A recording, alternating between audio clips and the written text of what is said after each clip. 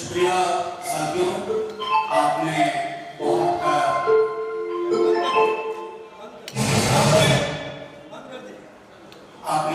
इसके अलावा भी जो हमारे थीम सॉन्ग सोने कैंपेन को लेकर के वो हम यूट्यूब अपने चैनल पे डाल देंगे, जहां से आप डाउनलोड कर सकते हैं।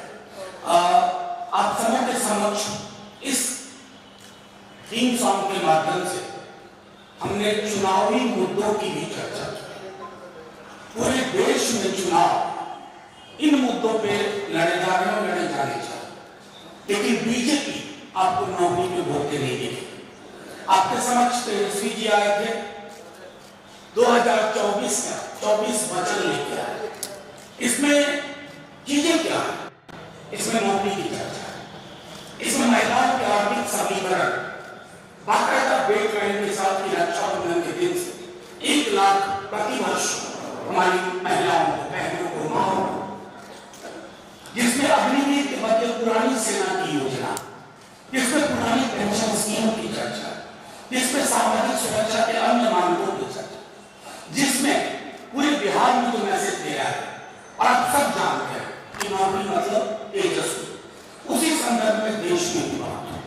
और दुख के साथ कहना पड़ रहा है कि बार बार जब कभी प्रधानमंत्री जी, अमित शाह जी, अन्य मंत्रीगण केंद्र से आते हैं, तेजस्वी जी कुछ सवाल करते हैं, व्यक्तिगत सवाल नहीं, नौकरी के संदर्भ में, बिहार के आर्थिक पैकेज के संदर्भ में, बिहार को विशेष राज्य का दर्जा देने के संदर्भ में।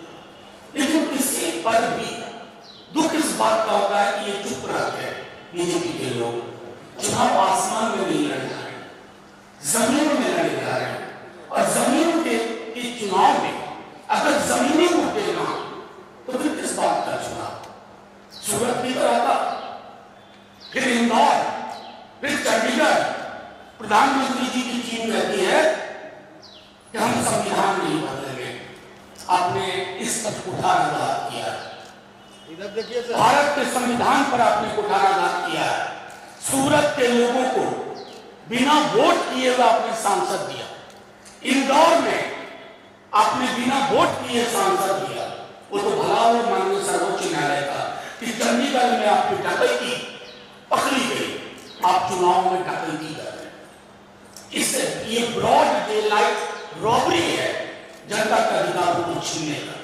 ये आर्टिकल 324 जो संविधान का है, जो कहता है स्वतंत्र और निष्पक्ष चुनाव, आप उस पर कुठाराघात कर रहे हैं, उसकी हत्या कर रहे हैं। और लघु बात ये है, आप कहते हैं कि लोकतंत्र की हिमायती है, लोकतंत्र एक व्यवस्था से चलता है, उस व्यवस्था को आप खत्म कर रहे हैं। प्रधानमंत्री जी, आपकी जुबान से जन सरकार के मुद्दों की चर्चा नहीं होती। अमित शाह जी आते हैं, अल्ल बल्ल बढ़ते चले जाते हैं बिहार से।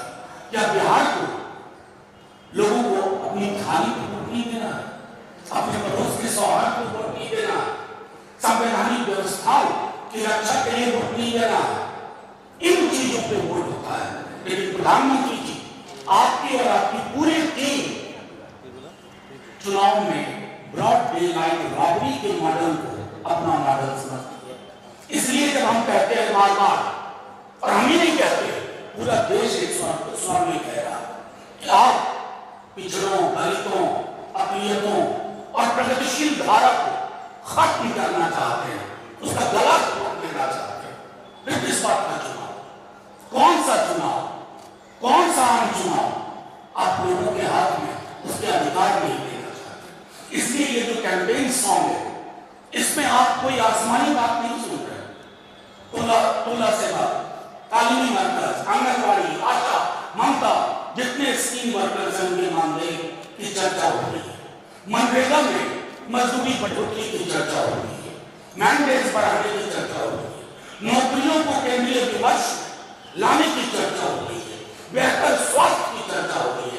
और इन चर्चाओं से प्रधानमंत्री जी और उनकी पूरी टीम भाग रही है। तो ये जो भगोड़ा प्रवृत्ति है उनकी, वो मूलतः देश की संवैधानिक मान्यताओं और लोकतंत्र की आत्मा में चोट है।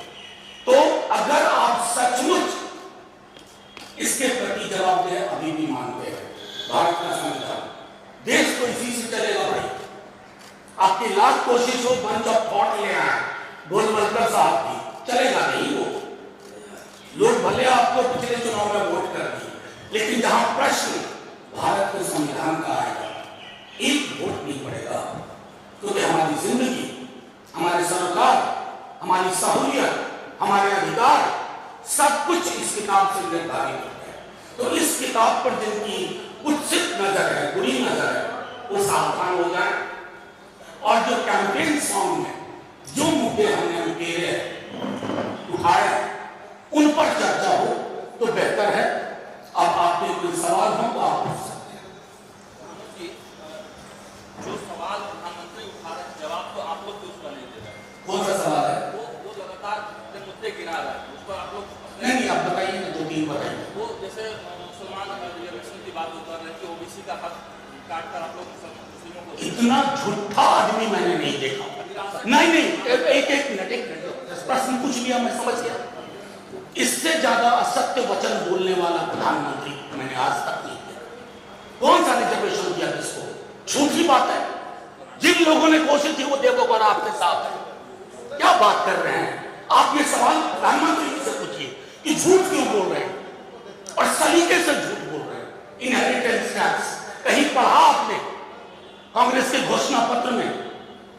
बिल्कुल नहीं, बल्कि जयंत सिन्हा जी एक बार बोल रहे थे, जो उन्हीं की पार्टी के।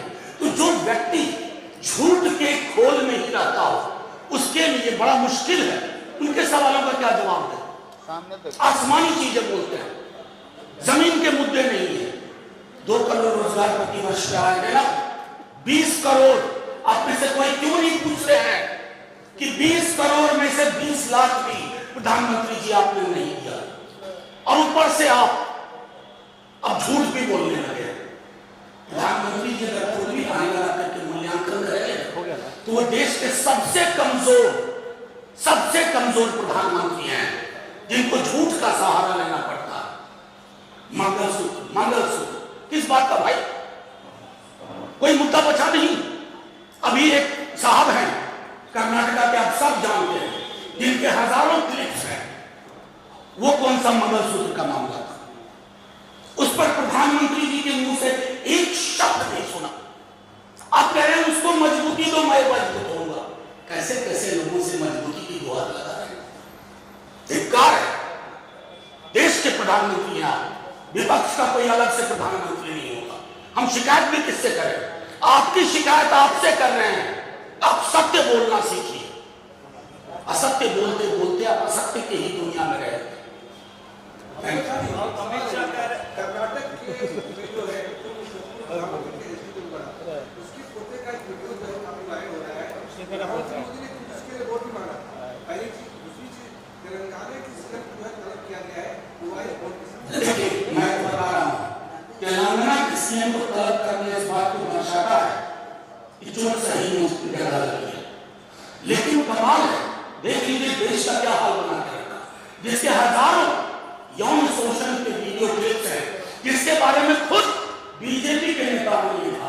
उसके लिए प्रधानमंत्री जी कहते हैं, भाइयों बहनों, इसको मजबूत करो। प्रज्वला, ये क्या नाम है, प्रज्वला करना, मैं मजबूत होऊंगा। प्रधानमंत्री जी बड़े मजबूत दिखते हैं। कहां मजबूती का रास्ता?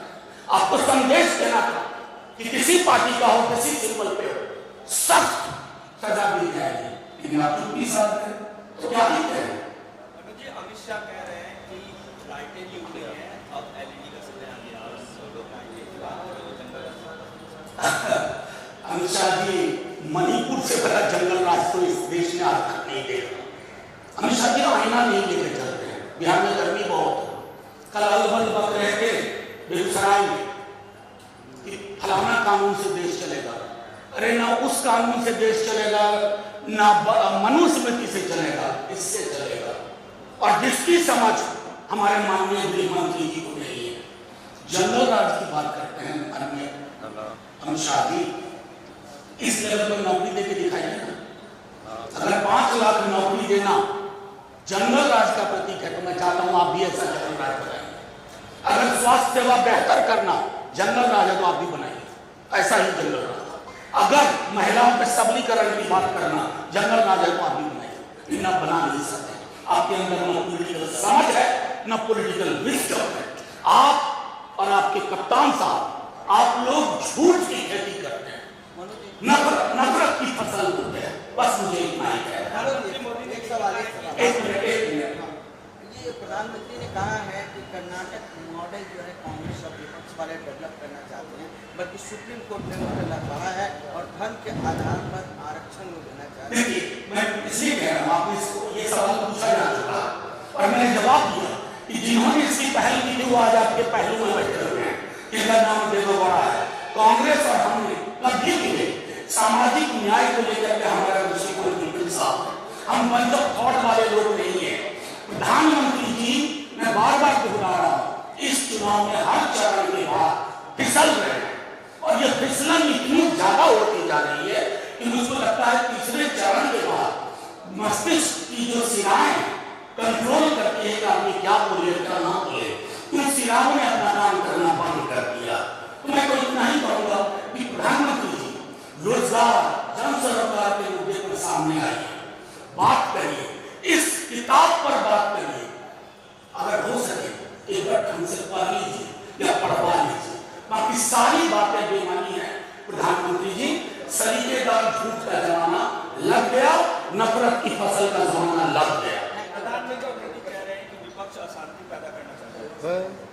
आपको लगता है ऐसा? अगर आपको नहीं लगता है तो मेरा कहना बेमानी। मैंने कहा कि प्रधानमंत्री जी का काफी हद तक कंट्रोल खत्म हो गया है।